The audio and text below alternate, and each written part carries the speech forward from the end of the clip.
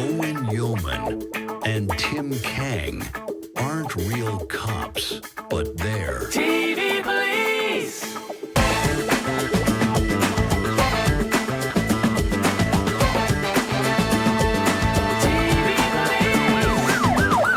the TV police. Gary McLeod! Woo! Here I am. All right. TV Police.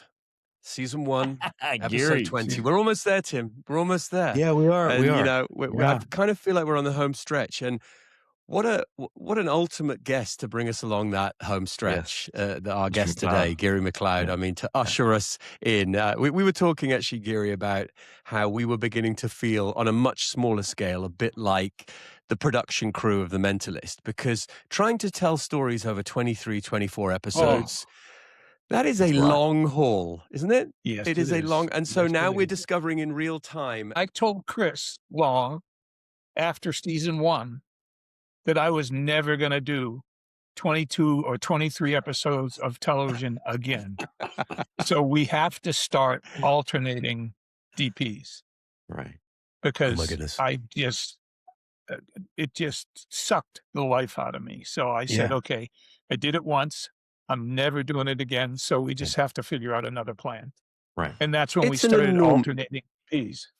It's an enormous undertaking. And the one It's thing that's too been a much. constant, Yeah. you know, obviously our resident DP, cinematographer.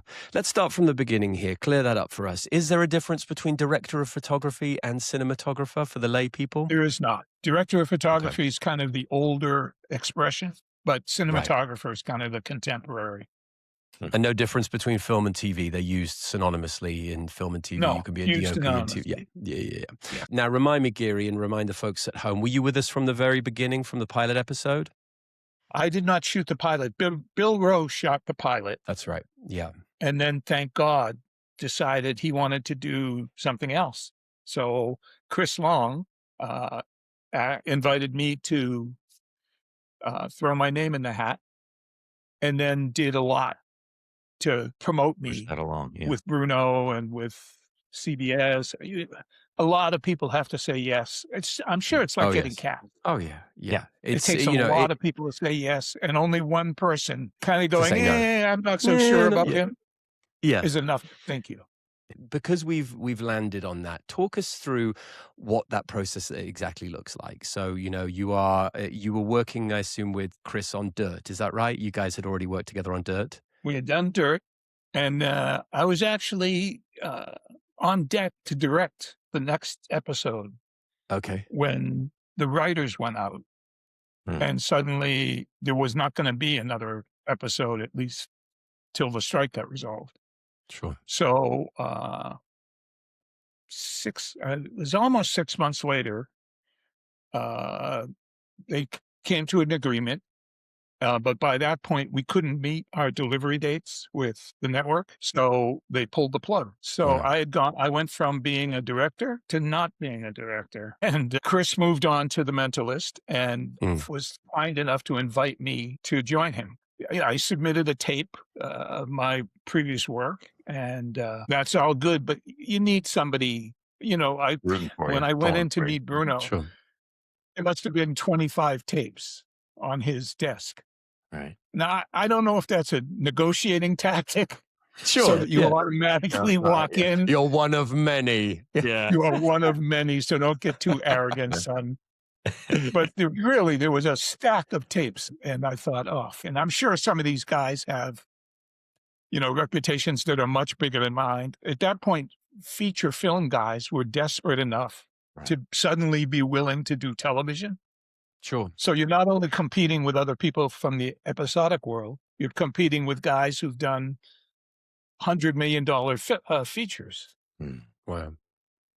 Do you remember any of those notable names in the mix? Because I know from an acting standpoint, there's always that guy you see in the room and you go, I don't want to see him. He's really good. And he's got the last 3 roles that I've been up for. Yeah, that's right. What's funny, and maybe this is also a tactic, all the tapes were angled so that you facing couldn't out. see the So you- names. Oh, come on. It's- in, I see. Yeah, you just Oh, saw wow. the They were all volume. of- blank tapes. He just went Yeah, to Best Buy nothing and on got a those. stack of blank tapes. Yeah. I love that. Very well could have been. What you've been subject to is some good old hella phasing there. You know, he's like, Yes. bring in the empty DVDs, bring in the blank DVDs. We got them, right? Write DP on them. Yeah. Perfect. Put them in With the no DP name. choosing. Yeah. Yeah, exactly. With no name. That is. So talk to us a little bit about that first meeting. We've spoken to Ken and to Erica, and we spoke to Blake Neely the other week as well.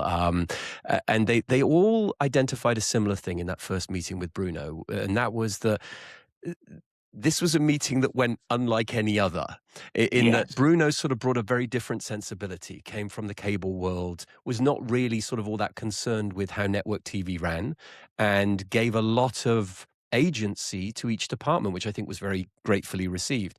How was that first meeting, and how was that relationship between you and Bruno? How did that develop?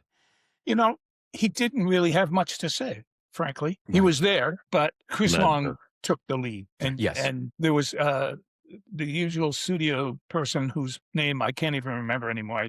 So Chris takes the lead. He's steering me through the process. He even went as far as saying, look, I know you got burned on directing Dirt. Yeah. I'm going to promote you to direct an episode of The Mentalist, which was a big get for me and a big risk for him. Sure. He said, you know, it won't happen season 1 because we have to establish the show and yada, yada, and everybody's nervous. But at some point when I feel it's appropriate, I will have approached all the people that need to say yes. And it's the same thing as getting cast. It takes a bunch of people to say yes and one person to go, I'm not so sure about him. And that's enough to sink you. Yeah. Well, But he Chris already been had around a the very block enough systematic times to know approach that. set up, right? He already knew what he needed to do to get you into that director's He chair. knew He was exactly setting all what to that up. say. Right. Yes. That seems to be a common theme from the conversations that we had. Nina had mentioned, and I love Chris. You know, I often would say to Tim, I think Bruno thinks it, Chris says it. You know, Chris was our articulator. Hello, mate. You know, and I loved that dynamic because Bruno was such a great wordsmith, and yet in person, not the most verbose, not someone who would say an awful lot or articulate an awful lot. And Nina did mention I thought he that, played that on pretty well. I thought he played inscrutable.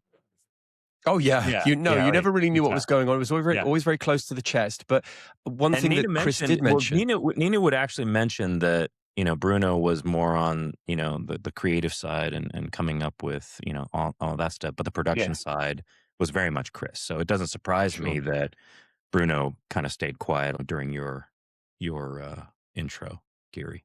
What I love hearing about this, and it seems to be a commonplace across all departments, is that Chris and Bruno were rather unique and perhaps a bit singular in their ability to do exactly the kind of work that you've just described, to promote people, to put them in front of the right people. Was that a unique thing to those guys, to this project? I think it was. The show was an immediate hit, right? Right out of the gate. That was kind of a good news, bad news story, because the good news is they gave Chris and Bruno great latitude in who to hire, and they pretty much stayed out of it. The bad news is it's a really successful show, and they got a lot of cards on the table. So if somebody ain't working out, you're going to find out about it pretty quickly, because they just can't risk it. So what is that? What does that process look like then? For us, the contracts are 7-year contracts. When you sign these contracts, you never think for a second that they will actually be 7 years. You sign them thinking, great, I'll see you next pilot season. What is the level of the initial undertaking for someone like yourself? Do you sign a season-long contract? What's the undertaking? Contract. Is that what it is? A 1-week contract? Wow. They can bounce you. Basically, they can bounce you at will. Episode to episode. Oh, wow. You have absolutely no guarantee of anything except come to work tomorrow. That episode. But long term, the only thing that plays in your favor as a DP is it would take a lot of effort to replace you. Sure. Because when you go, a big chunk of the crew goes with you. Right. which means the show probably has to shut down, at least for a little bit, while they come up with another crew. And that's a tough thing to take to the studio and say, okay, we're going to shut down because we decided to replace a key person that should have never been hired in the first place, is the way they're going to put the. I don't know how secure you can feel in that knowledge, but that's the only guarantee you have is you're a pain in the ass to fire. Well, you've got something that most people don't have. Yeah, that's pretty secure. I was just a pain in the ass. I don't know if it made me hard to fire, but I figured go hard for the one thing. In terms of your preparation, how much time are you actually given to do that? The biggest single prep item for DP is lighting, getting the permanent sets lit, which is a big undertaking. And so they can't afford, frankly, to delay making a decision because they understand that it's going to take at least a month to get the sets lit. And so the start date is obviously a hard date. They can't push that. So, you end up working weekends, you end up doing whatever has to be done to have the show ready to go on day one. And that's about 4 weeks after I was hired. We were hitting it. Geary, what we had spoken about this during the pilot and the first few episodes that we've been doing of the TV Police, is that we spent an awful lot of time on location in the beginning. Now, when were our sets built, to your knowledge, for you to light them and take that month to light it properly? I'm under the assumption, and I think Owen is as well, that they weren't ready for episodes 2 and episodes 3 and 4, or were they? Yeah. You were correct. They were not ready. We were building the plane as we fly it. Yeah. Yeah, exactly. Building the plane as we fly it. So I would have the gaffer. If we're shooting day exterior and the gaffer is probably not going to have a lot to do, I would have him at the studio. Go back and work on hanging lights. Go back and work on it. And conceptually, they built that beautiful CBI set. Yeah, it was amazing. Then proceeded to write episodes that didn't take place at the CBI set. Yeah. And this became, after not many episodes, it became obvious to everybody that this was a mistake.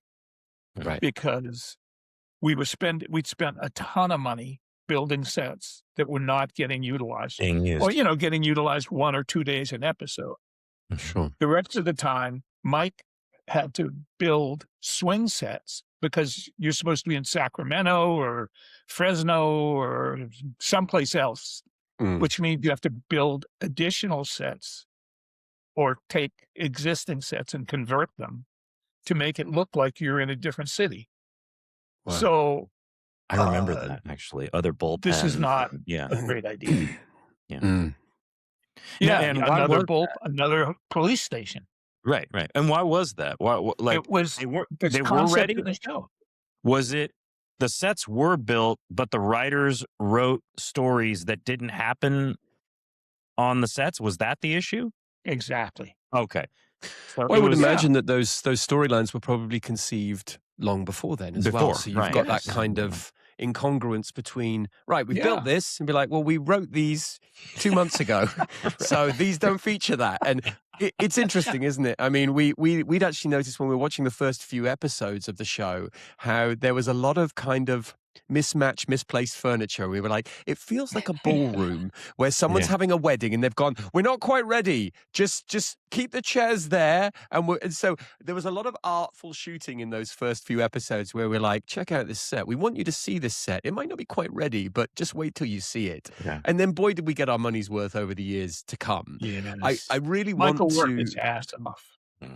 And he just, really I cannot explain we lived there, literally lived there for the better part of 7 years. And it's hard to explain to the folks back home, to the folks watching, the level of detail in these sets, and I'm sure that that is mirrored tenfold in the lighting. And I'm interested to know, how granular is that? Do you put together a complete lighting design? Is it submitted in a sort of paper form? Is it diagrammatic? I have absolutely no concept of what that process is. You know, it's different for different people. Some cinematographers literally can lay out every single light in every single set. I'm not that person. I Sure. really need to look at this. First of all, I need to see the set. I can't work just off of a blueprint. Right. So I can rough in a set off of a blueprint, but I actually need to walk the set To fine tune it. in order to understand where the windows are, what the opportunities are for lighting.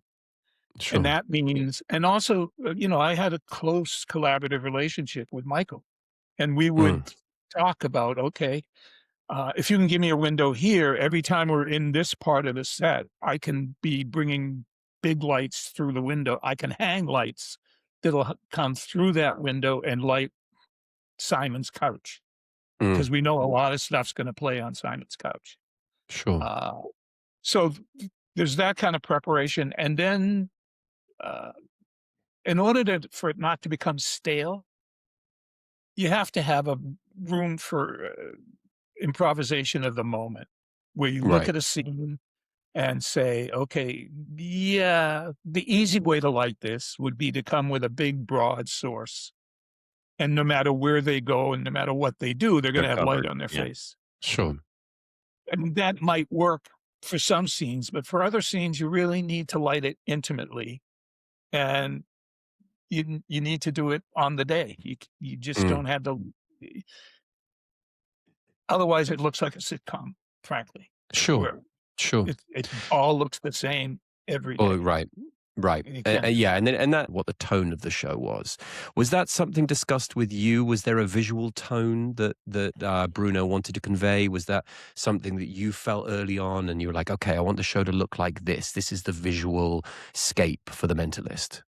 Yes, it came mostly through Chris. I think Bruno and Chris had those conversations more, and Chris would translate them to me, but I didn't have a lot of sit down with Bruno, especially initially. In fact, it was funny. Remember when Bruno actually directed exactly one episode? Yes. As far as I know, he never did another one. No. He hated directing. Did he really? And he hated directing. I asked him after, the first 2 days, I said, Bruno, what? You just don't look very happy, man. Is there something, we can do to make this a better experience for you? Because you don't seem to be having a good time. And I think what it was, when you direct, you got 100 people asking you 100 questions all day. And what's Bruno's worst fear? Having to interact with 100 people asking 100 questions all day. Yeah, right. He hated the experience. I could tell he will never do this again. Right. That's so funny. My family was not in any way involved in the motion picture. I grew up in Boston. Right. My father was a printer. My mother was a legal secretary. So I had no connection whatsoever to the film business or television. When I was in college, I got a job as a intern at WGBH, the PBS station in Boston. Yeah. I produced a lot of stuff for the network. They were one of the major kind of production hubs. So that was my first real exposure. That and going to college and starting to watch films in a serious way. I think I was making $50 a week as an intern, work study intern.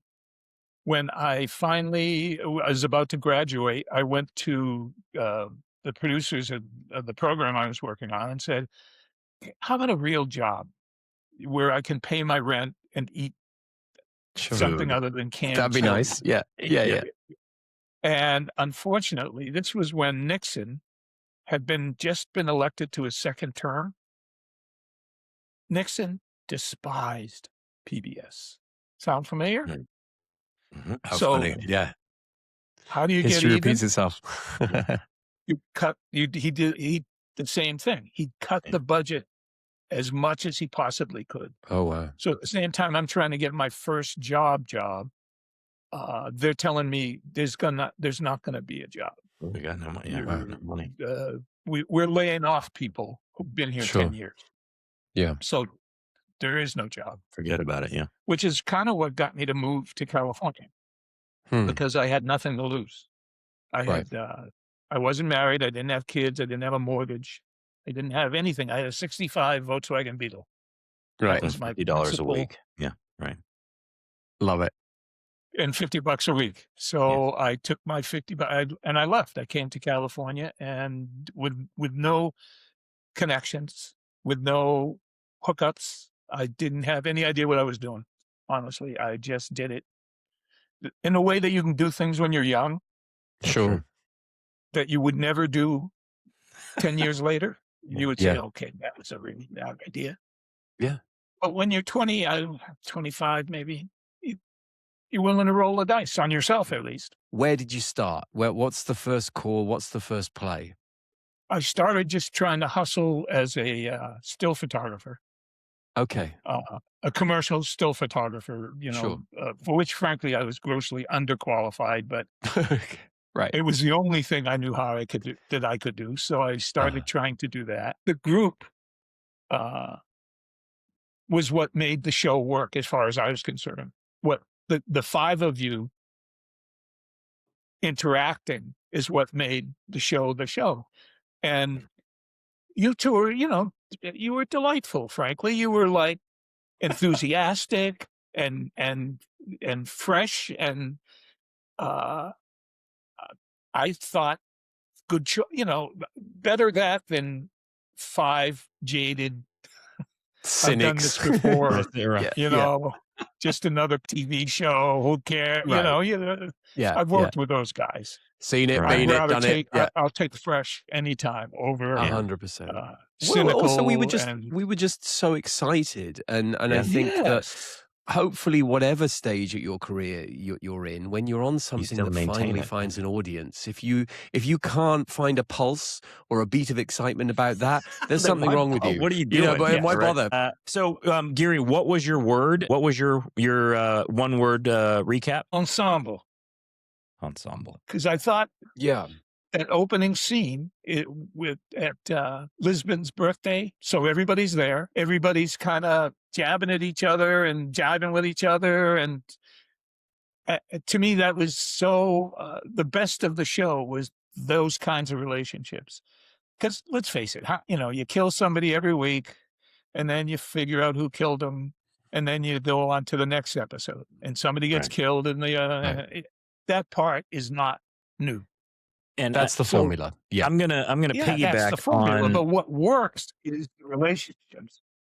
And I'm gonna piggyback on that a little bit, Gary, and add that scene in front of the arcade. It took me back. It was like a class photo again, right? All five of us getting out. You know what I mean? I I have a very vivid photo and such a. Here's our entire cast in the frame.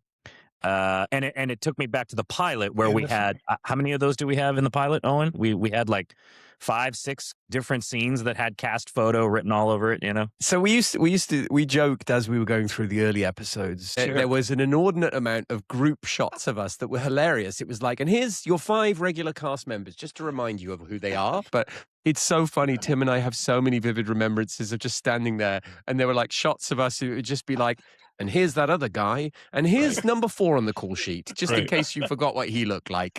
So, by the time we reach this episode 20, Red Sauce, we're firmly in it in terms of the characters. Even from the studio end, I think there wasn't a lot of interference. There wasn't, you didn't feel like the hovering studio exec just standing behind you in Video Village and making their mind up about, well, maybe we could replace him. Maybe we'll write him out. Save ourselves a few bucks. Or maybe, this department, there was none of that. There was, it was, and I give a lot of credit to, at least from the crew standpoint, Chris Long was a great protector. He is. Yeah. He stood up for us and Yeah. would not. There was no abuse. There was no directors screaming at you. There was none of that kind of worst behavior that you sometimes see Yeah. on other sets. There was none of that. And I think it was because it was not going to be tolerated. Was there a need to sort of have Simon's sign off for you as well? Like, how does that work? Yes. Was there a need to sit down with him? And As a director, yes. yes. No, as a cinematographer, not so much, except when we went from digital, from film to digital. Film to digital, right. Because when I first met Simon, one of the first things he said to me is, I will never do a digital show. Oh, wow. Yeah. And then I think season 3, Warner Brothers we made that. came to me and said, you'll be doing a digital show. Digital show. Right. And I said, well, did you talk to... You should talk to Simon about that. Yeah, have you discussed this with... No, of course not.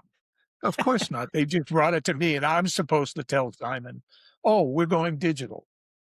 So, because he, you know, he was... Thanks for that. He saw all the bad things that could happen. And that early generation digital was horrible. It was harsh.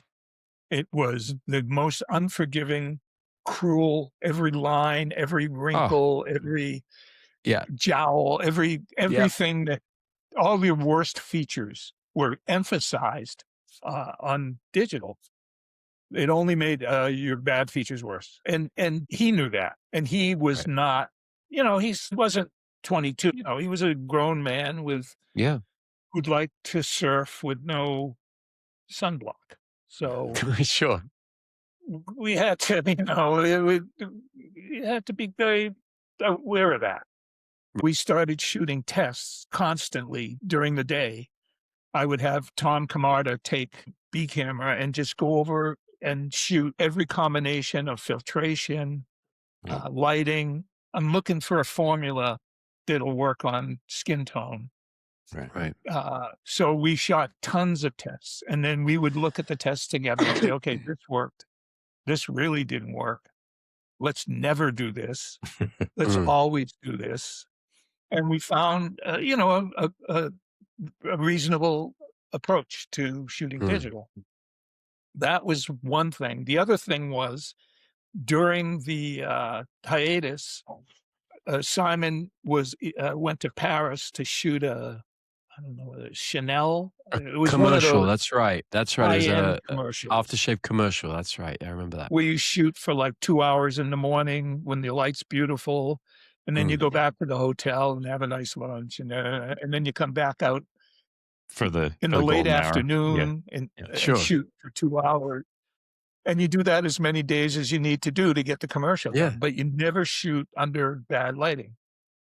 You never shoot with top light. You never shoot at noon. You never shoot under anything other than ideal circumstances. Sure. And they had hired, I want to say Philippe Rousselot. They hired like one of the best French cinematographers out there to shoot this commercial for 2 hours in the morning and 2 hours in the afternoon.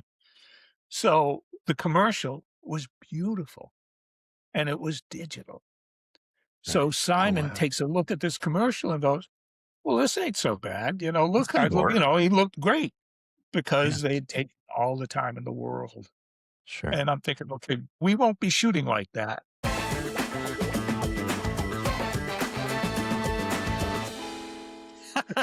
We won't be shooting like 2 hours in the morning and 2 hours in the afternoon. We won't be doing anything remotely like that. But I'm not it's not my call. I'm just saying it's possible under the right circumstances to make. Obviously, back then it was, you know, just the beginnings of it, and a lot of things have changed in the intervening years. You said that first iteration of digital was very harsh. How far did it get during our 5 seasons? Right, did the digital get better? And because, you know, leaps, it goes, the technology, you know, gets better every year. It's an exponential sort of growth, right? Did we experience that on The Mentalist as well? Absolutely.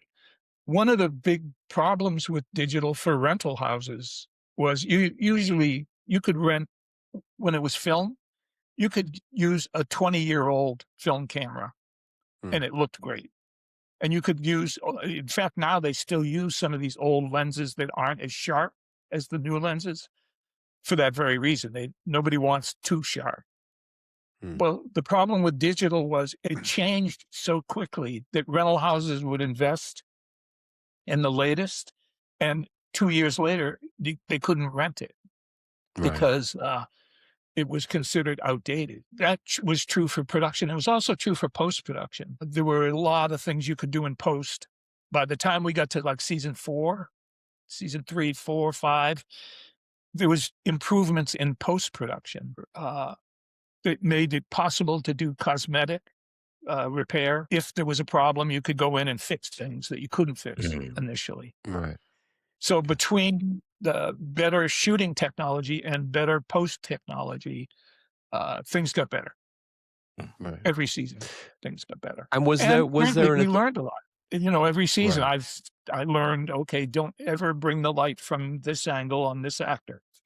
As the show evolved, did you find yourself saying, okay, Owen is lit like this, Tim is lit like this, Van Pelt is this kind of aura? How does that develop? Talk us through that a little bit. I find that a very interesting process. Remember initially, season 1, every Friday night, somebody gets killed. Right. Then we bring out the team to investigate the killing.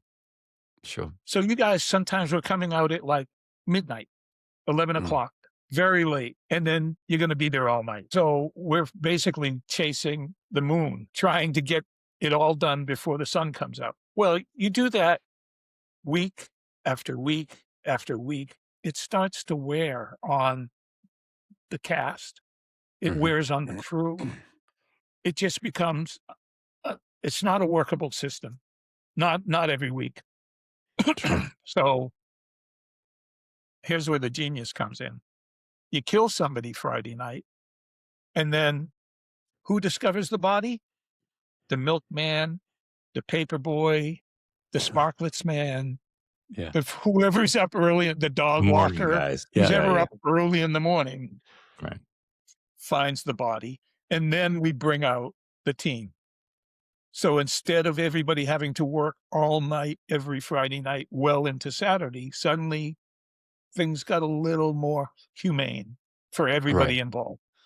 When you're going to do 22 episodes, you just can't pound people like that for 22 episodes. So that was part of it. Part of it was also becoming familiar with your face. You know, I look at your face every day. I look at Tim's face every day. I look at Van Pelt. I look at Lisbon. I look at everybody's face every day. And you start to notice, okay, this works better on him and not as well on her. Here's a little Geary tidbit. I remember asking Geary, and I did this fairly regularly because I was so green and I wanted to learn. And Geary was teaching me about lighting us, Owen, and me. And the instruction that I remember, Geary, you said this to me was, you light me different because my eyes are like, they're not set back further in my face or in my skull. And Owen's eyes are set back further. So if there's a light source, it could shadow Owen's eyes. We can't see his eyes. So there was a big difference in how our faces are built and how that light hits. And it was really interesting the way that you made that comparison with Owen and myself and the differences that you needed to consider. Well, not only were you probably one of our favorite on-set presences, Geary. There was always a very calm.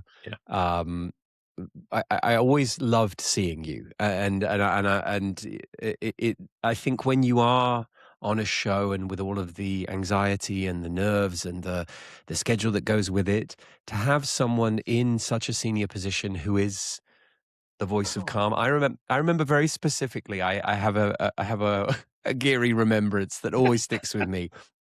I came in one day, and it wasn't this episode, but I'd had an ingrown hair on my face here from my beard, and it just turned into the most overgrown, swollen, like the whole side of my face looked like I had like a Big Mac attached to it. And I remember going in to see you and just saying, I don't know what to do about this. Like, I've got another half a face. And you just said to me, it's fine. We're going to put you in the corner over there. We're going to light it from the right-hand side here.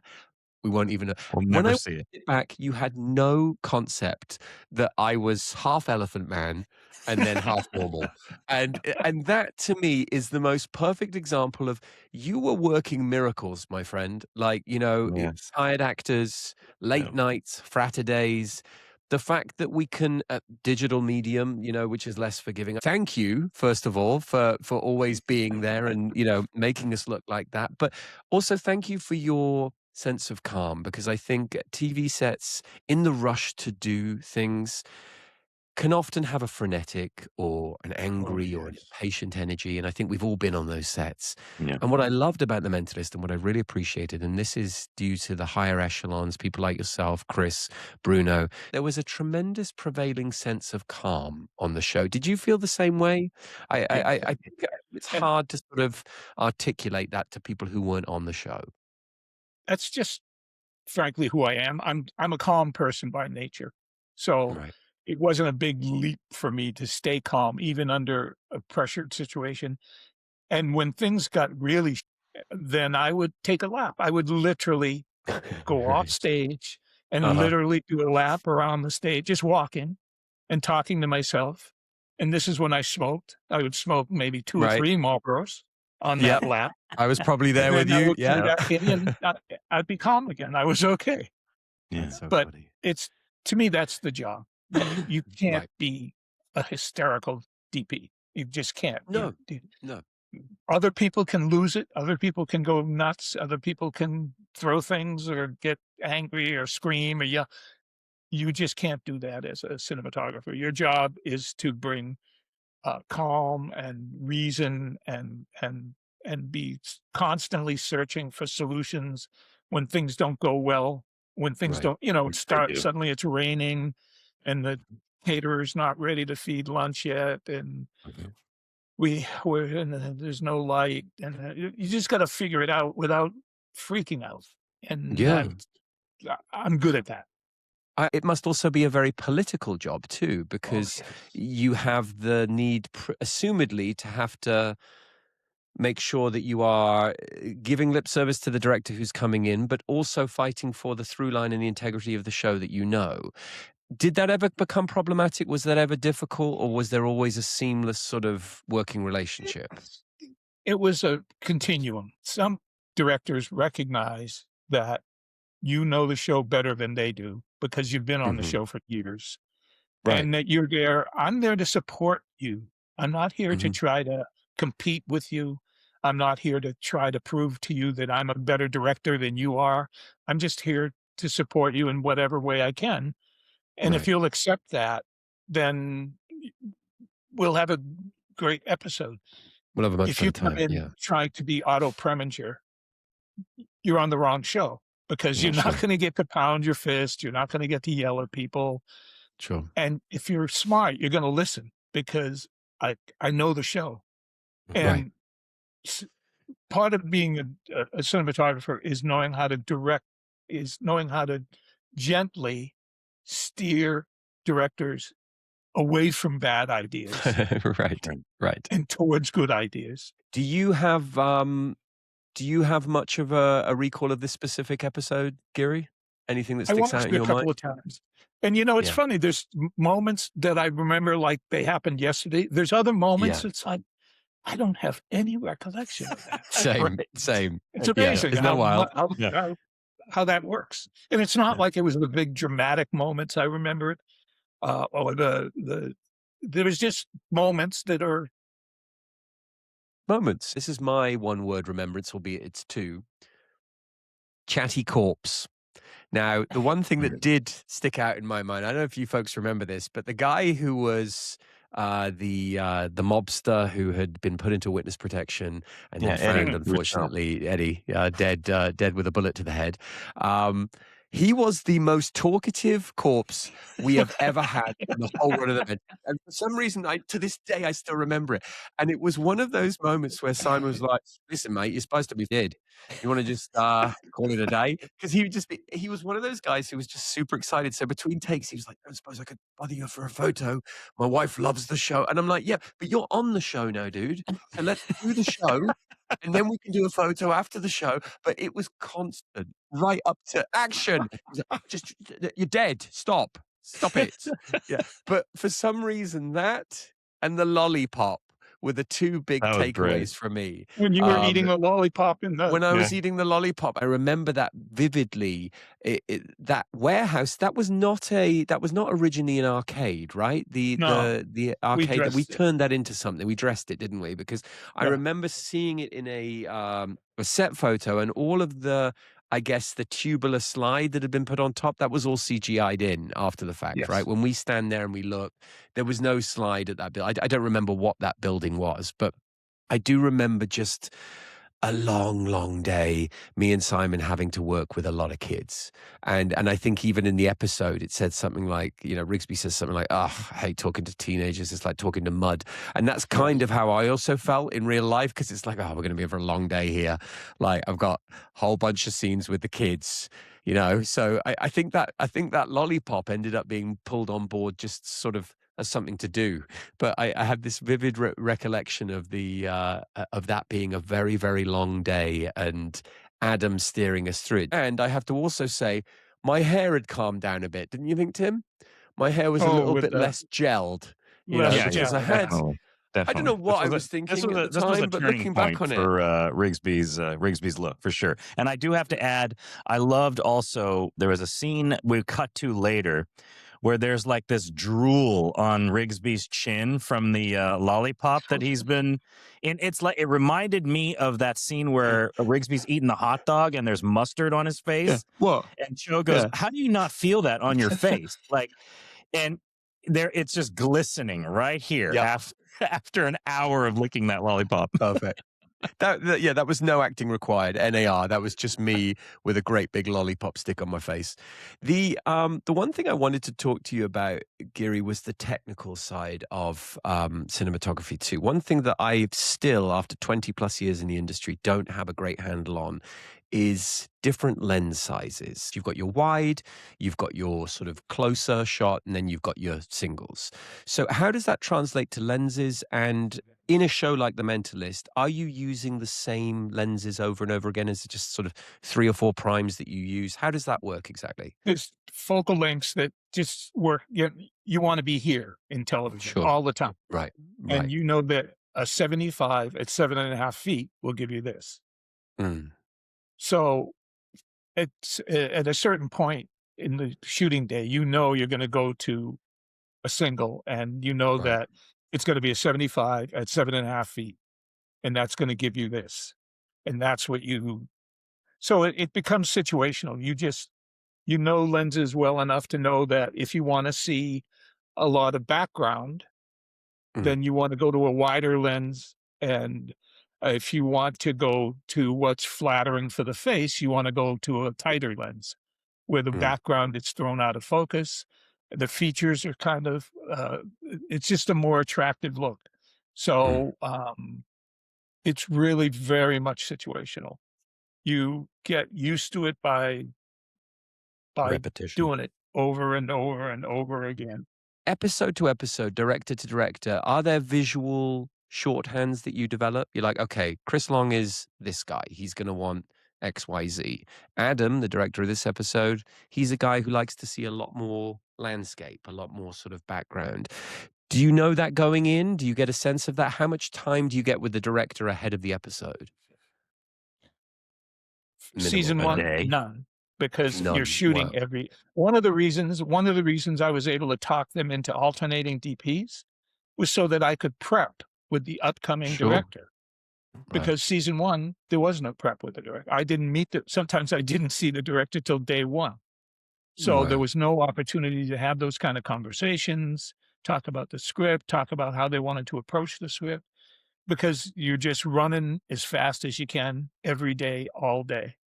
So That was one of the reasons that we were able to apply to Bruno to go to the studio and say, we need to alternate DPs so that the DP can spend time with the director. So it became a quality of the show issue rather than let's be nice to the cinematographer. Is that something that's common on shows? Have you had that on other shows where they brought in a DP to be able to alternate with you? Yes. And also it turns out that they were saving money by alternating DPs because my approach was, if you're not going to give me time to prep, then I want to order every piece of equipment that I could conceivably use at any given moment. Yeah. I had a huge lighting package, a huge camera package, because I said, I don't know what, I don't know what I need. So I don't know what we're going to need. So I need to have it on the truck. You want to stop shooting and wait while we send the guy to Panavision to pick up a lens? That's one thing that many people maybe I discovered early in my career, and I didn't realize that all of the equipment is rented. This is incredibly expensive equipment. That what would I remember having a conversation with Taj, our Steadicam A operator, and saying to him, I can't remember the figure that he put on it, but I said, this camera as it sits right now, what are we talking in dollars? And he went through with the lens, the body, the setup, the whole thing. And it was a house. Hundreds of thousands of dollars, right? You could buy a house with that. Yeah. Yes, it is. And so that system where someone decided this is only going to be rentals. Who was the genius who came up with that? Because I guess also to your earlier point, if technology is evolving all the time, there becomes less and less sort of imperative to buy things, right? You want to be able to rent it because then when the newest and latest comes out, I can get rid of that and move on to this. Has that always been the case? You never purchased equipment. It was always rental only. For the last 10, 15 years, that's been the case because it evolves so quickly. You can't keep up. Sure. You've just spent $50,000 on a lens. Right. And now 2 years later, that $50,000 lens is not worth. Yeah. So you can't take that kind of beating as a business. Sure. Leasing becomes way more attractive than owning because things evolve so quickly. And then in your situation that you're describing now, CBS gave you the license to be able to say, okay, no prep time, I can order a whole truck full of goodies. I told Charlie Goldstein, and Charlie, because Charlie doesn't want to be the guy who said, no, you can't have that. And then we discover we need it. And now we've got to stop shooting because we don't have a critical piece of equipment. He's not stupid. He's been around the block. Right. So he said, yeah, if that's what we need to carry. So we carried a lot. Yeah. Right. And then, and once I started alternating and I said, okay, I know because I just finished prepping with the director, I know I won't need this light. I won't need these lights. I won't need these lenses. So we sent equipment back and suddenly the rental bill starts to go down. So you're talking their language. Saving you money, bringing in another guy, but saving you money. I love that. I love that. That's hilarious. When you watch an episode back, and I'll put you on the spot now, did you have time to watch the show when you were filming the show? I would go in to color time the show. Sure. When it was possible. So I would, one way or another, I would see every episode, either with the color timer, in the morning or at night, or at the very least, they would send me a tape, a DVD of the show. Mm-hmm. And what is so that I could color see timing for the layperson? Oh, okay. So you go in, you shot all this footage. The footage goes to a facility where they transfer it and start after the editor has finished his cut. The color timer it literally assembles the show shot by shot, making sure that the color matches, making sure that he's also bringing in music. All of the elements come together in the timing. So a color timer sits at a big board with infinite number of switches and slides and buttons and controls the color, controls the density of the color, creates with you the look of the show. And it's the physical transformation from, because if you ever saw dailies before they color time them, no two shots match. Right. No matter what you do, things are always slightly, one shot's green, one shot's magenta, one shot's too hot, one shot's not hot enough. The color timer balances all of that stuff out and brings it all into the And what Mentalist becomes look. the baseline? Where do you start? Right? What do you take a look at a shot and go, that's perfect, let's match everything to that? Or is there a standard level that that we need to play in? Where do you go? How do you do that? I like to go, I find for each, obviously every set, every location has a slightly different look. So I try to find a representative shot for that set. And then the color timer matches everything to that particular look. And there are professional standards that you have to stay within. Right. So both. Yeah. So what those are. You can eyeball those, and unless you're going way off beat or you're trying to do something unconventional, the tone. Then you keep it within those boundaries.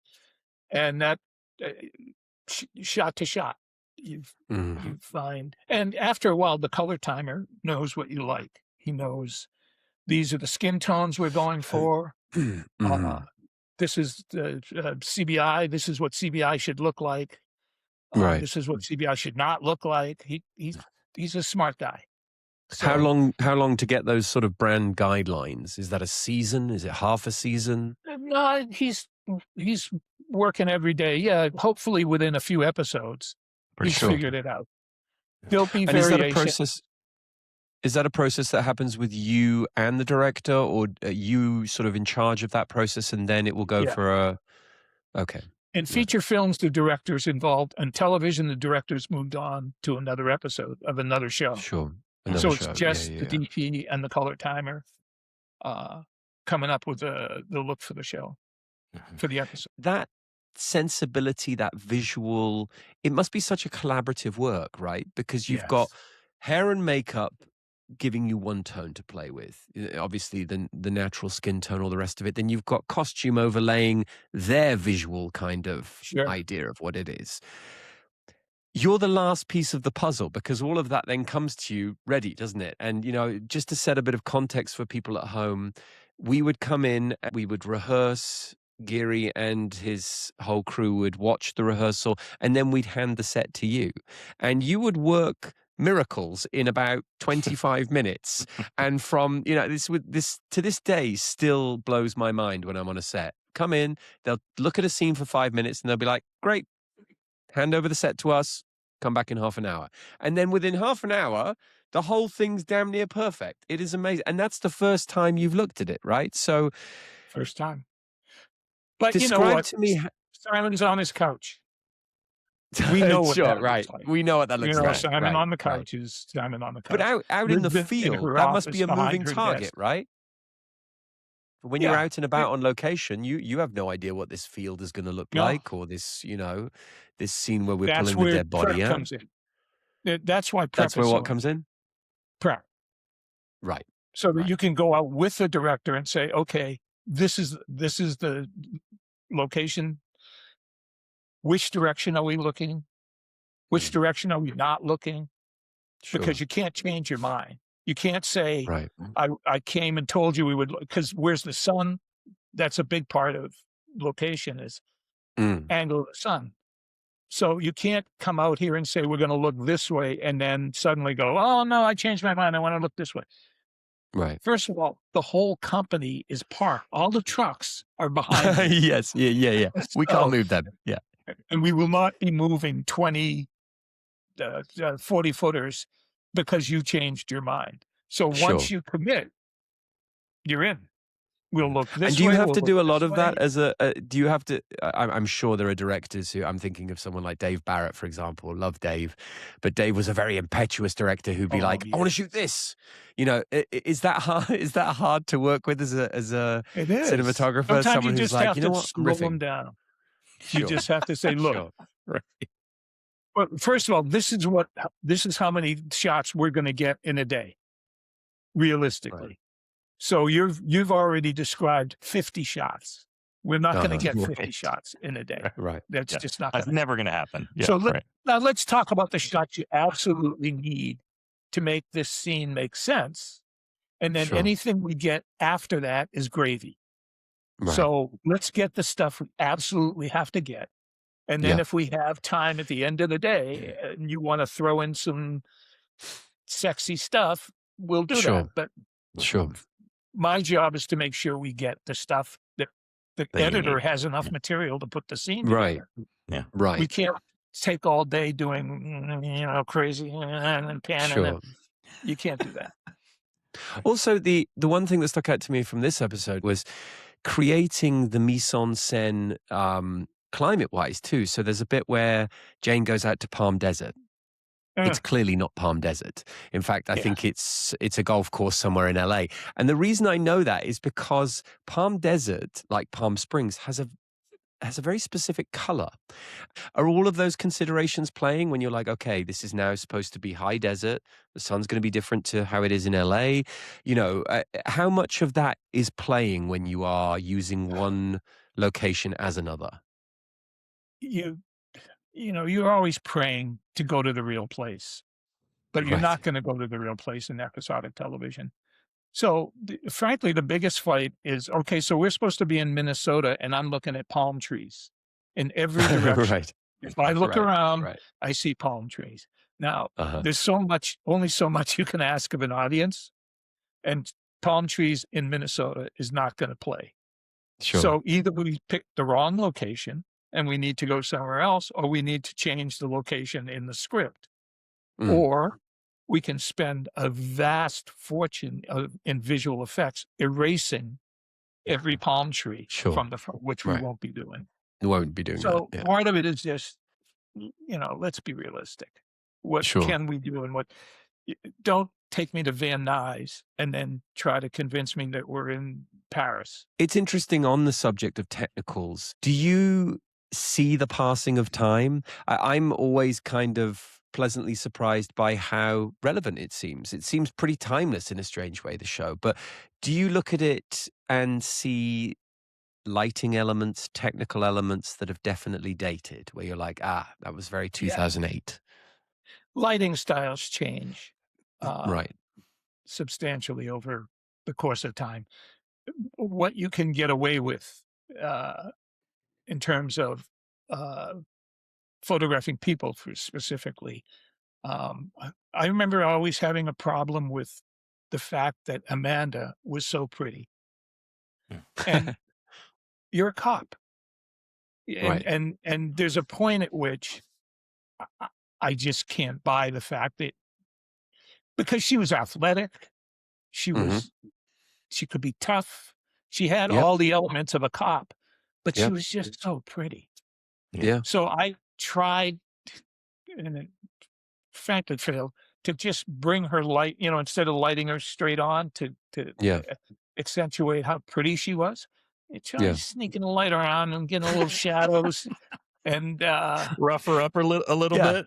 Put her in a few scenes with me. That'll do it. Just dirty her up a little bit, so that. Well, it was also. Gary, it got worse in later seasons when we got a bigger budget, and her hair turned into this shampoo commercial, and our clothes. We were all in like Gucci and Prada and all this, and it got harder for you. Yeah. The technical side of things are, that's something that I really wanted to dig in just a little bit more with you. How much has that changed? TV has changed exponentially since the Mentalist started. We were in the golden age of TV. So what for good or for bad, what are the sort of main differences now as a director and cinematographer versus the look and feel of being a director and cinematographer back when we were doing the show? I think the aesthetic has changed. You can get harder with, especially a show about cops. Right. You can put people in silhouette. You can they don't have to be pretty all the time. In fact, sometimes they're never pretty. You can take chances with how people look, with situations. You can go darker. But isn't You that can more of a go more function of contrast. the outlet, Gary? Isn't that more of a function of we were network television and network television operates that way? But Yes. there are HBO shows back in 2008 that were dark and gritty and not pretty and all these things. So I'm asking, isn't it more about that rather than 2008 versus 2026? You're exactly right. But those shows pushed network in a harder direction, because initially it was like, okay, those are a whole separate realm of shows. The people that were making network television suddenly realized those are the shows that people want to watch. Those are the shows that are more interesting to watch. Why can't we incorporate an aesthetic Some of those elements, yeah. that's not just pretty faces? Sure. And so the influence, was slow. It was eventual, but gradually you start seeing a whole different approach to cinematography in network television. There's definitely been more of a sort of a move towards what I would call gritty. And I Yes. think that network television has, as it's been scaling down, what's been interesting to watch is how network tried to become more like cable and how now streaming is basically trying to become more like network. Tim sent me this brilliant thing the other day. I think it was a meme that you sent me, Tim, where it said, how crazy is our world that companies pay YouTube to advertise and then we pay YouTube to remove the advertisements. So it's like, if that isn't the most backwards thing ever. Yeah. But what's interesting, and I use this as a great example, The Pit. Now, there's been a lot of controversy about that because people are saying, oh, this is so groundbreaking. And it's like, anyone who watches that show recognizes that it is the most legitimate form of network television you've ever seen. You know, it is basically ER, but on a accentuated, accelerated day clock. So, what's been really fascinating for me, having been in the business for a minute, is to see this sort of circularity and this evolution where people are discovering things and they're like, look at The Pit. You're like, yeah, we had The Pit 20 years ago. It was called ER. It did very well then. So what do you think, you're a veteran of this industry. You've seen so many format changes, the move from film to digital. What is the next natural progression of media, of entertainment, of television, in your opinion? Where are we moving? Man, if only I knew. Hmm. I think the line between cable or cable streaming and network is narrowing and narrowing and narrowing, because people's taste has just gotten so much more sophisticated. The Pit is ER, but the Pit has a lot more guts, a lot more Yes, it gore does. Yes. than ER would ever do. Yeah. I worked on a bunch of Grey's Anatomies, and there was the difference between a Grey's Anatomy and the Pit is night and day. Really? Because they just couldn't take it to that degree. Period. Sure. Sure. The network wouldn't accept it. Nor would they I want don't to. think It's a Shonda would have different kind of accepted show, it. though, right? They wouldn't want to go that It's far a because different kind of show. that's not what Grey's Anatomy is. Yeah. No. I think you're right. I think there's been a perfect storm of audiences definitely wanting a smorgasbord of content. They want, to be able to be exposed to different things. But also we're in that terrible situation where audiences have the lowest possible attention span ever, because social media now has conditioned us to only really pay attention for about 2.5 minutes. It's going to be really interesting to see 20 years on from now where we are. We've talked to all of our guests about what would Mentalist 2026 look like? If we were rebooting the show and remaking it, would there be anything that you would change? Anything that you would like to now sort of maybe bring up to speed? What would that be? I don't think I would change it. I think the show worked as a thing within its own context. And I don't think we should mess with that. I think it is the perfect version of what it was. And I don't think you can like update that, or I don't think you should even try. I think if you want another Mentalist, you should create another show. Sure. Not try to update what's already out there, but it's just too easy. You know, the sequel is just too lazy. Yeah. Go out there and create something fresh. Create something new. Yeah. As opposed to, we'll just give you a second-rate version. But I'll tell you this, Gary. There is only one cinematographer and director that we would like to come back and head up the Cho spin-off, you know, where Cho is the boss at the FBI and perhaps Rigsby's just come back, you know, just like the old days.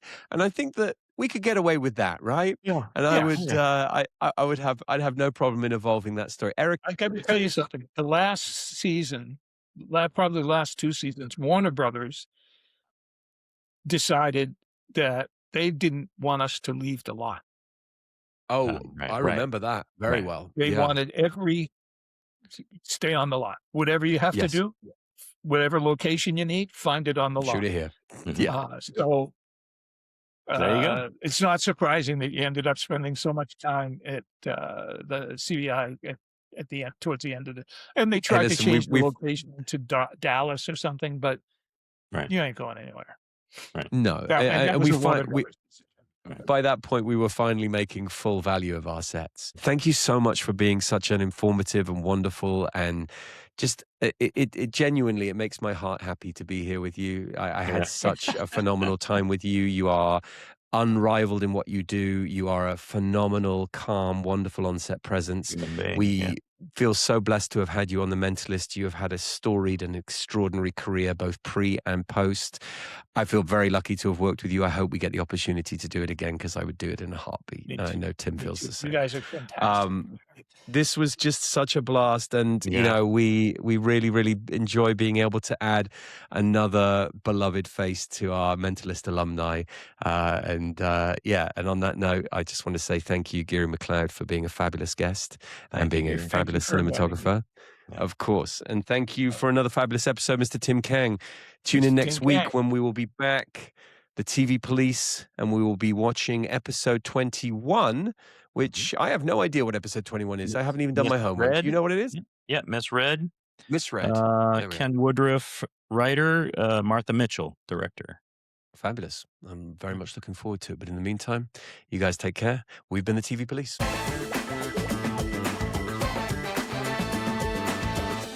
Gary McLeod! You already did that. No, Why would you do it again? Well, I thought I'd give him an outro. Okay. You know, he's such a special guest that He did it twice. I'm playing. Yeah, he's worth 2 TV Polices. Yes. You know, why not? There's not many people get that.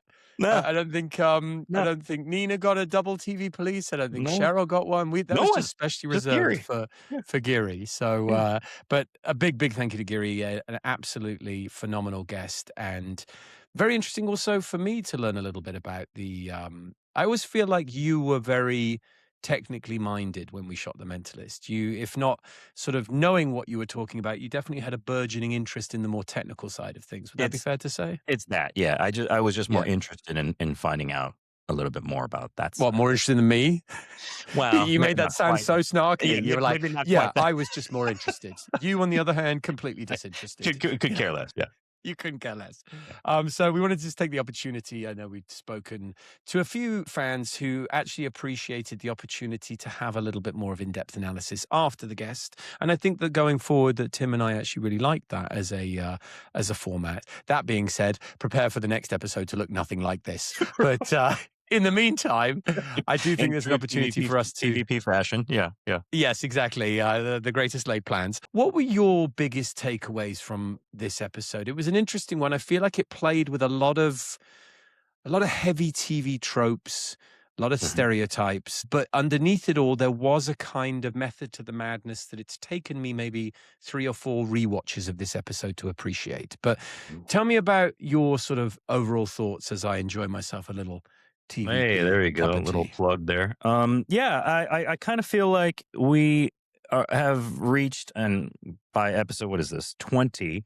20. Yeah, we have that rhythm, and the plus of it is that we have a rhythm now, a Mm. regular rhythm and storytelling and everything. The minus could be, and you mentioned it yourself, we fall into some tropes and we fall into some, habits of a procedural. And I think both of those things are apparent. I think Mm. the assuredness of an episode 20 in a 23 episode season is there.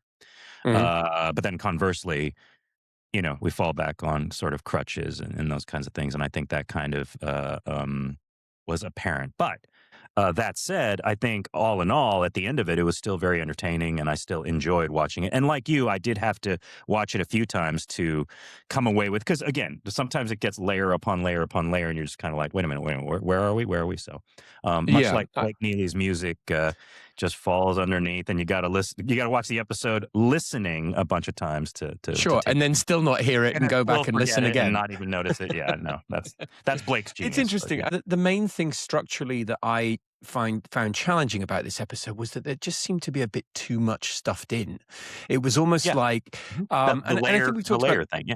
Yeah. yeah, and I think we've talked about this before, that maybe ghosts of previous production drafts, Mhm. or maybe it felt it felt like an overfull Christmas cracker. This one, just when you thought, Right. okay, I could have maybe a simpler crime, and I guess that this is also the challenge of turning crime into entertainment, is that there are only so many ways we can deal with a homicide week after week. So now we Right. have to get a little bit creative about the dance around the homicide. And what I did appreciate about this was that I felt like there has been a tendency in these last few episodes to make the murders feel a lot more kind of personal, a lot more crime of passion. In the earlier episodes, I feel like we were always going after big industry. They were sort of crimes of financial gain and intent. But here, what's interesting is that I think what seems to be most squarely under the critique are organizations. And I've come to realize that Jane loves interrogating organizations. And by that, I mean, we've got 2 very, very prominent organizations in this episode. We've got law enforcement, represented by the CBI and the US Marshals. And then you've got witness protection. And ostensibly, both of those sort of bureaucratic organizations are designed to protect people. And I think what's interesting, but those are the same things, though. what I'm saying is that they're the actual institutions themselves. So if you think of witness protection as an institution and the Marshals and CBI as law enforcement, what I feel like is on the chopping block in today's episode is Jane poking at both of those things. He's poking the holes in the witness protection. Even though the Marshals Service is the umbrella that witness protection operates under, is that what are you trying to separate the two? Yeah, I'm trying to separate the two. What you mean by yeah, organization? let me, because the organization, the witness protection, is not a separate organization. it's a program. Okay, it's a program within Marshal. It's a program within the Marshal Services, right? So the one thing that I found really interesting about this episode was the fact that it felt to me very much like the witness protection is designed to keep us safe. And there's this sort of like belief that if you're in witness protection, that you are going to be safe from assumedly a previous criminal life, right? So what we've seen in that is an absolute failing of that system, because we didn't keep the witness safe. The witness was killed. So the yes, and that's, I think that's a pretty emphatic failure. Similarly, the Marshals, obviously, they are responsible for that protection. So they have failed there too. But what's interesting for me is the way that Jane goes after these two, both the Marshals as a group and witness protection as a sort of, as a program, and unpicks those two things systematically. So there's a lot of kind of what I call reliance on organizational framework. The mob is represented as an organization that we're supposed to fear, right? The marshals represent safety. And yet what you actually have is a systematic failure of the system and the marshals and witness protection. And you actually have an uncovering of the mob as being a little bit toothless. You've got Jane on the golf course, toying with literally toying with this guy and sort of, pointing out to him that, I guess what I'm trying to very inarticulately say is you're good. Is that Jane has this wonderful ability of calmly undermining authority, and whether that authority is in the form of an institution or a body or a program, his ability to carry authority with calm, I think, is the true disarming thing here.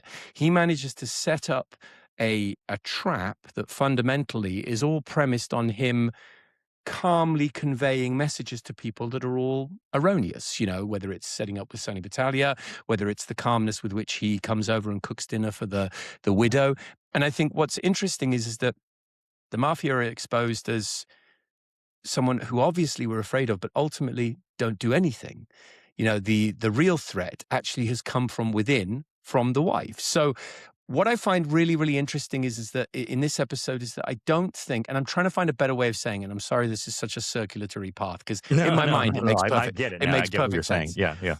Yeah. What I love is that I think that there is an immediate assumption in this episode that the mob did it. The mob represent danger, right? So what I love is the fact that whilst most everyone in the traditional policing world accepts that the mob are the responsible party, Jane actually begins to calmly ask questions about infrastructure. And that's the question that it raises really interestingly for me is the fact that why is it that as TV police, we are always happy to follow the path of least resistance? Do you know what I mean? Like someone comes in and goes, what is the path of least resistance in this? Well, the path of least resistance in this case is Sonny Battaglia was a bad man who was once in the mafia. Therefore, his old life has caught up with him and the mafia has killed him. Right? Right. And the marshals accept that and CBI accept that. And Jane quietly goes off and starts pressing those organizations and pressing those programs and seeing where the holes are within them. Well, it's interesting. There's a line in this episode that I think becomes rather meta. It's always when meta. It's always meta. It's when Okay. Jane is talking to the Marshal Knox, is it? Is that the guy? Yeah. The Marshal Knox? No, Exley is the Exley, guy. thank you. Yeah. Knox is the female agent. You're right. And he said, "It's funny, really. Your only defense is your apparent lack of any detecting skills." Yeah. And I thought that was really funny because we found ourselves in that situation so many times. And, it raises a bigger question, a question that I was going to ask you about this episode, which is, Well, and I guess hang on to that question, though. I think you brought up a great reason in previous episodes when you said that we many times, and I think this is true in real life, is that law enforcement is handcuffed by the rules and by the law. Yes. Right. Yes. And Yes. that's why. And we've mentioned this before. You've mentioned this before. Jane is not handcuffed by any of these rules in any way. And so, he's afforded that leeway that we are not. But if you wanted to go even more meta, if we're stretching the meta thread, and I'm just hanging on to the word meta because it's a victory lap for our for our episode where we got the same one word remembrance. We are ultimately making a work of fiction. Right? Yes. So the rules are whatever we say the rules are. Right. And so what I find quite interesting is that there has been a very conscious dumbing down of law enforcement. I mean, the marshals, quite literally, to paraphrase Rigsby, don't know their ass from their elbow. I mean, they come in and the whole thing is, and we've seen a lot of this in The Mentalist, and I'm trying to work out if it's some sort of tacit critique of law enforcement, or if it's sort of just like you say, the obvious plot requirement that for someone to be ingenious, you have to level the playing field and make the rest of the spectators maybe not so genius. But here's the thing about our show, though. I think it's that for this episode. Mm-hmm. And then the What do you mean next by episode, it isn't that anymore. It's played, straight to the hilt. Sure. Right? And then the next episode after that, it's a full-on comedy hour, and then so because of that, we're allowed to flex, and I've spoken about this in previous episodes, is that we can play the super dramatic, then we can do the comedy, and then we can do a mixture of both. And that's kind of what I loved about the show, is that, yes, we took it super serious in an episode, and then we poked fun at ourselves in another one. And so, yeah, I don't mind that so much. I think it's where the sweet spot of the show lives. Is definitely in that dramedy space, years before people started sort of, doing that, doing dramedy, or calling it that. But there is a consistent theme, though, where, and it was, this leads me on to the question that I was going to ask, which is, how much can Jane actually get away? I would love to ask Carl about this. Obviously there are undercover stings. There are sort of witness protection programs where I'm sure there's a need to stage certain undercover stings, whatever it might be. Sure. We do those on the weekly, usually spearheaded by Jane, quite often not mentioning it even to our superior officer, Lisbon.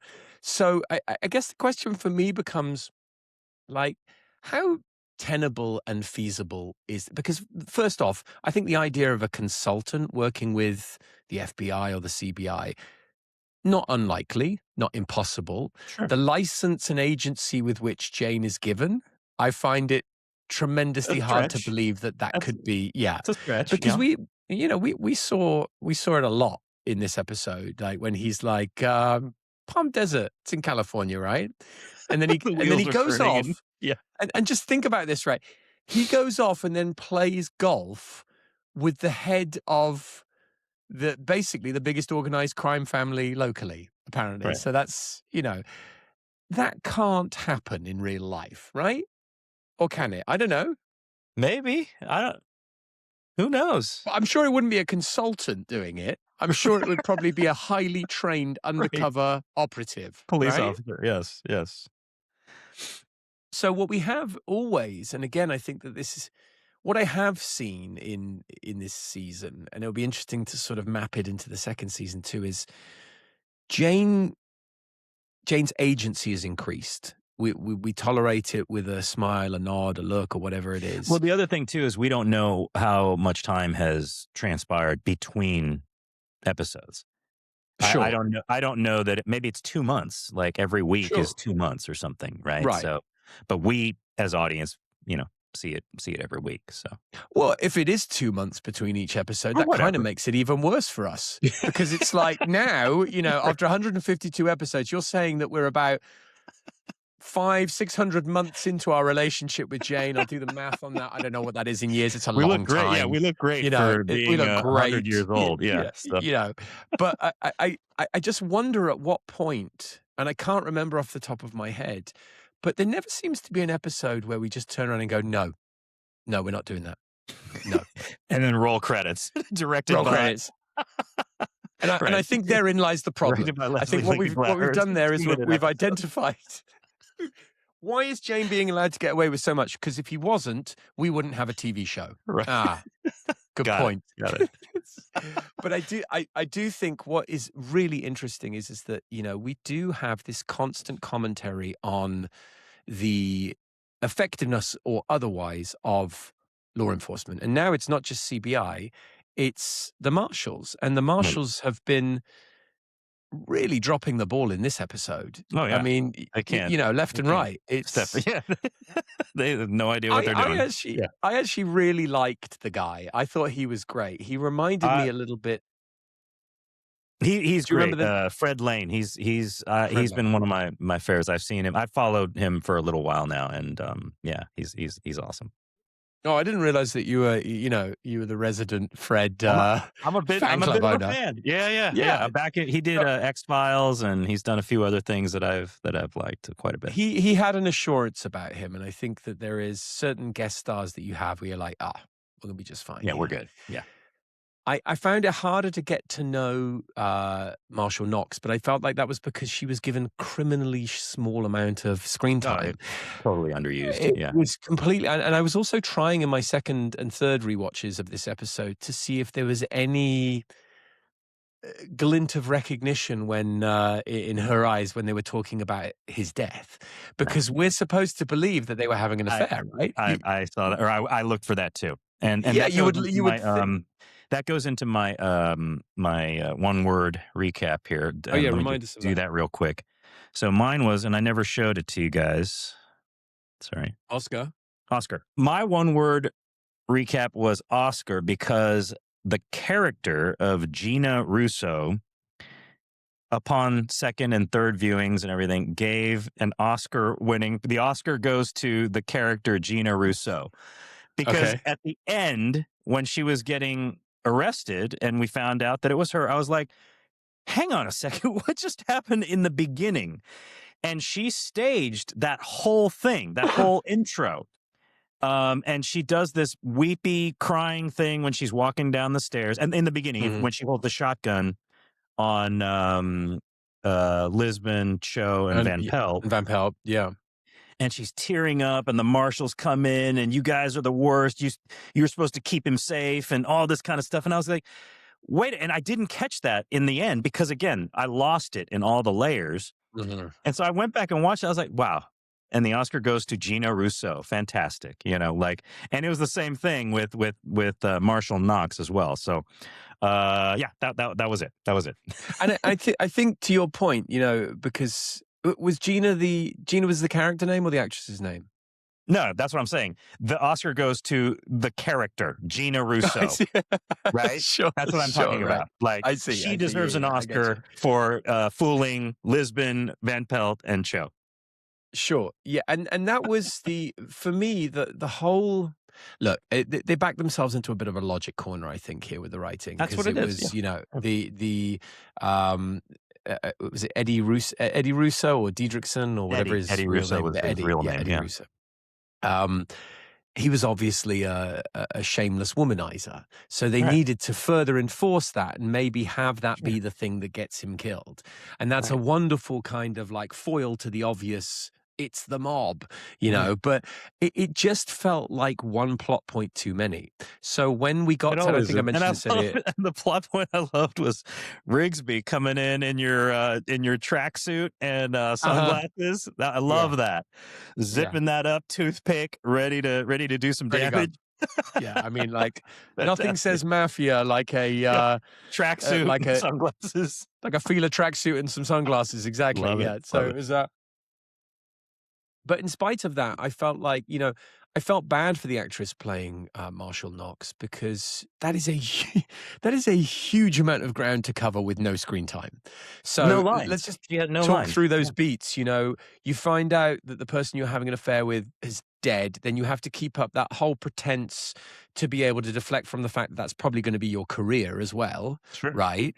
You know, and so at the end of the show, right? She quits, and you know she takes, from what I can see, about 2 or 3 aspirin, and that's we have no idea what it was. And meanwhile, 4 bottles, prescription bottles, are sitting on the passenger seat. There were a few things like that I was like, you know what, this probably could have gone way better if we didn't get so convoluted with the personal shenanigans of Eddie. But I think also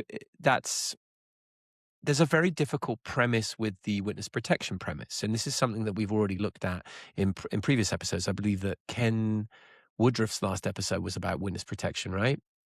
And I think the thing about witness protection is that it immediately cuts off those protagonists from having many friends or involved characters. So now you have to find that drama within those established group of people. So when you think about it logically, it's highly likely that the most guilty party was going to be the wife, because this is a guy who's literally removed himself from everybody else. His entire life now orbits just home, the wife. I found it strange, you know, and again, I thought the layers upon layers. I thought the fact that it diverted into the arcade was another, and then from the arcade, we then got into a sort of casual drug dealing thing for kids with Tiny, which then took us to a biker gang. And at which point I was like, I need a cup of tea. I need to have just take 5. What's going just on here? reassess who all these characters are. And because am I the only person who, when Van Pelt and I arrived at the biker place, which incidentally was the sawmill at Warner Brothers, I think, just consistent with me always ruining the magic. Was I the only one who thought that the big guy standing up was going to be tiny? Yeah. Oh, yeah. Right? That was the conceit, wasn't it? That the massive right. 7-foot guy Named he is Tiny. in fact not tiny. The other guy is tiny. Right. Who, well, that's a tiny. That guy there, he's tiny. You actually do look quite tiny. But then we had this, and then we had this weird beat where Van Pelt accidentally tases me. And I was trying to sort of figure out if that had any payoff other than just, you got me. No. And I think it was just that. But so it was. We're trying to fill it with things, fill it with moments, and I think some the less is more adage seems definitely worth bringing up here, because what I actually enjoyed when it got down to it was, I thought the Gina character was actually a really interesting one. And when it was just laid bare, sort of Jane and Gina together. Yeah, it was nice. That whole scene over the red sauce was actually quite interesting, because it took away all of the other things, and it was just now Patrick Jane doing what he does having best, a relationship. Yeah. And just a quick bit of trivia for everyone out there. That grocery bag that Jane brings all the red sauce ingredients, that is a special prop grocery bag that doesn't crinkle loud, right? But it does, though, doesn't it? It does. But for the sound department, they make this special grocery bag that's kind of thick, and it's like leathery a little bit. It's supposed to mitigate sound for the mics that we use. Still really loud, still noisy, but they paid extra for that special grocery bag to get that. It's funny, every time I see one of those bags on the screen, I'm like, there it is, the special bag that won't make any rustling noise that we then need to add some rustling noise to in post-production. Exactly, to make it real. Yes. I love that. Sometimes do struggle to understand the magic of Hollywood. But yeah, there was just so much going on. The episode as a whole, I think in terms of individual performances, there was a lot to appreciate. I thought the fact that Jane is also a champion pinball player didn't surprise me. Sometimes I think that's where we are a little guilty as a show. It's like, he doesn't have to be good at everything. Well, you know no, what I mean? well, here's the thing. He is the Tom Cruise of the show, The Mentalist. He is the expert fighter pilot. He's an amazing pool billiards guy. He's he can do it all. Champion golf tutor as well, apparently. Yeah, a race car driver. He can, all of that stuff. He can do everything. I mean, for me, the show actually sort of finds its most successful groove when we see the more fallible sides of Jane. So seeing him as a sort of, impenetrably unbeatable at everything, to me that's a little one note, whereas I think the show actually sort of finds its sweet spot. Case in point, on the golf course, when he's like, I'm not scared, okay, well, I'm not terrified, he's admitting sort of to it, he's vulnerable, and I like that. And for me, I think the charm of Patrick Jane is always him finding himself in situations that he's engineered and then going, I don't have I don't have the ability to get myself out of this. So it was, and a lot of the performances I really appreciated seeing. I wish I could remember the actor's name, the guy who played the dad in The Wonder Years, the guy who played Sonny Battaglia. Dan Lauria. Yeah, he's Dan fantastic. Lauria. He's fantastic. Loved seeing him. But again, it was, by the time the episode ended, one question I did have is, what did Lisbon do with that horse? Right? Yeah. I think that went straight back to the petting zoo. I think so too. Yeah. And what took the whole episode to get the horse? That's what I wanted to know. Well, the petting zoo. The petting zoo, it had a bunch of gigs. the pony had a bunch of gigs. Retire him out. Yeah.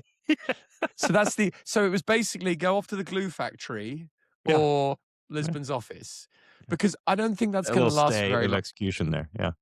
Yeah, I the opening birthday scene was interesting. Now, there was one thing I did want to ask. I thought it was the guessing, obviously he gets them all right. The only now, what is it that Cho says? Cho says, "Is it?" He turns around to him and he says, "Oh, it's a regift." And you were like, "Well, it's a nice bottle, and I don't drink it." Yeah, Does Cho not drink? Yeah, that was pretty. I think it was semi-established, and I think I want to say that I made that request or made mention of it, that Cho is a bit of a teetotaler. So I think they kind of leaned into that a little bit on that line. You see, I love little details like that, and I look back at the show now, and I'm like, God, there could have been so, and we did it, and then of course in time-honored tradition, timing or whatever it might be, we didn't have enough time to pursue it. Like with the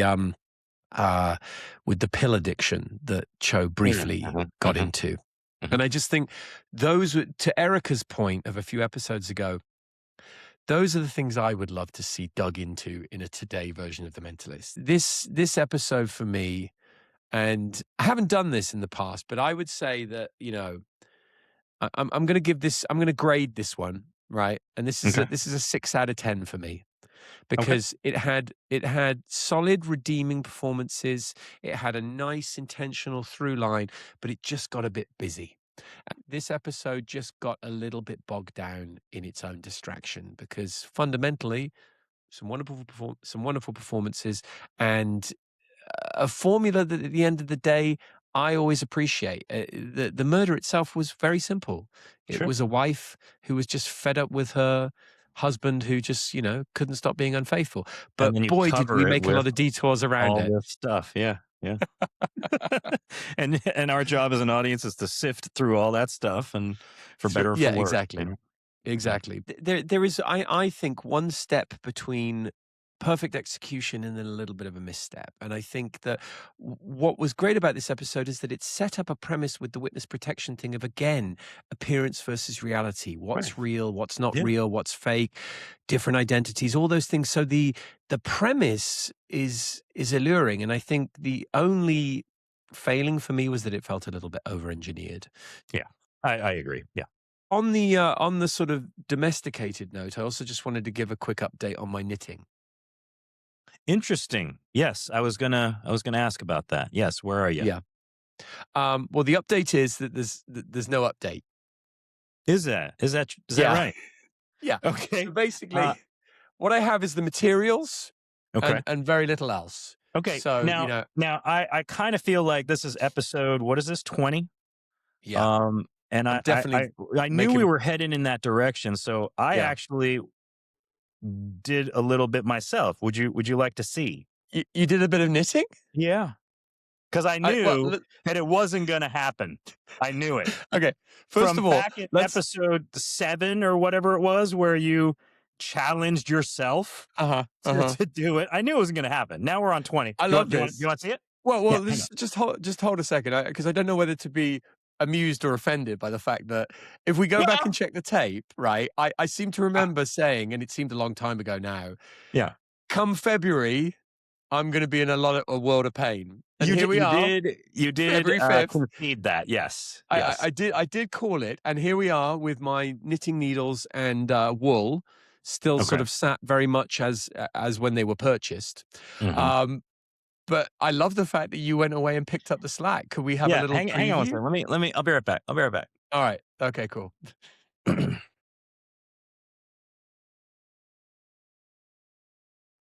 So I made a go of it. I think it turned out pretty darn good.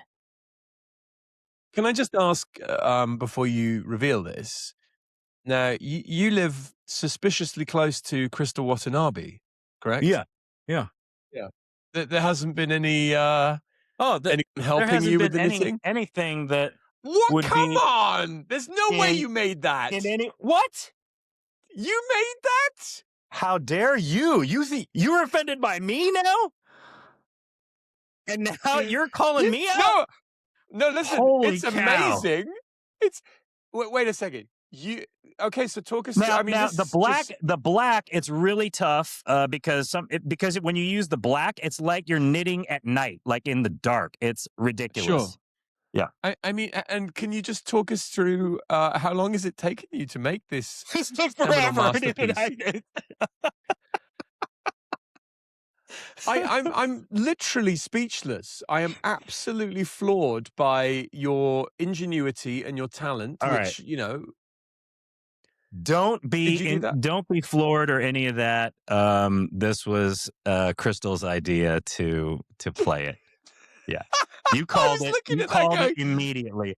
there is And I wasn't no gonna let you way. I wasn't gonna let you go on and on and on about how awesome I am, right? For doing this awesome thing, because the joke is the joke. And she engineered it, and she'll get a kick out of it. But yes, Crystal Well, it is Watanabe, our super fan, wow. in Wow. fact, made Let's this see that for again. us.